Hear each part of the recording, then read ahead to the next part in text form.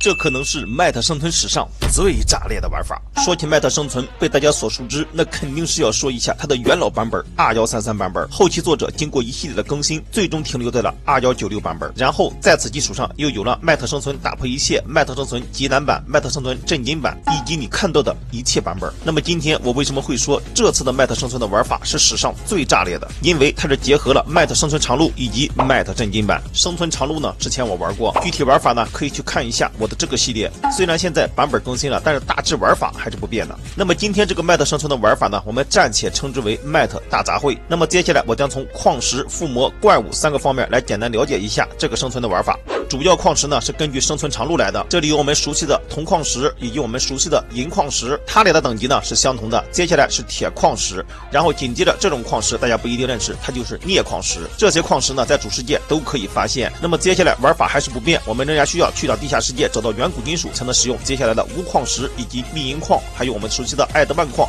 以及我们生存长路里独有的乌鲁金矿石。最后是我们熟悉的震金，还是一样，震金呢是需要合成的。接下来我们说一下附魔，附魔的属性呢也是多种多样。就比如现在我手中的3把震金剑，你看这附魔属性，我估计大部分你们应该都没有见过吧。当然了，大部分附魔属性还是来自于生存长路。要想搞到满级附魔，我们必须要搭建4层书架，而且这次的附魔呢也不能是只使用一个附魔台外加书架。想要获得顶级附魔，过程呢还是稍微有点繁琐。到了晚上，我们就可以感受到震惊版给我们带来的难度。一只普通的僵尸生存第1天就可以达到15颗星，当你生存到第300天的时候，那么穿着震惊装备的怪物就会出现。当然了，具体哪天会出现，随着你游戏时长的增加我也不确定。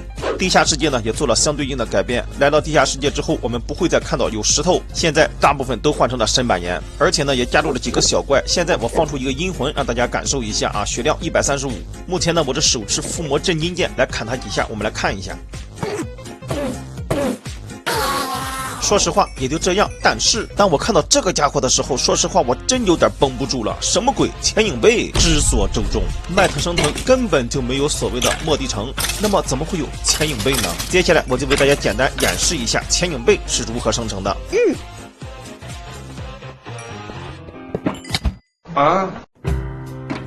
没想到吧，今天也有饭吃。其实吧，这2个版本的融合呢，理解下来也是非常的简单，就是在麦特生存长路的基础上增加了震惊版的难度，多样的附魔，多样的怪物，呈现出了多样的玩法。最后呢，再给大家展示一下关于震惊版的锻造工艺。武器的锻造呢，最高等级我们可以给它达到品质为传说，但是不得不说，想要达到传说品质有点费命。关于这2个版本的融合呢，想说的还有很多，只是一一介绍完吧，肯定需要很长的时间，在这里我就简短介绍一下。如果你喜欢这种生存的话，麻烦你点赞支持一下。另外，目前呢我们这个生存叫做麦特大杂烩，如果你对于这种融合生存还有更好的想法，那么请你把它打在评论区或者是弹幕上。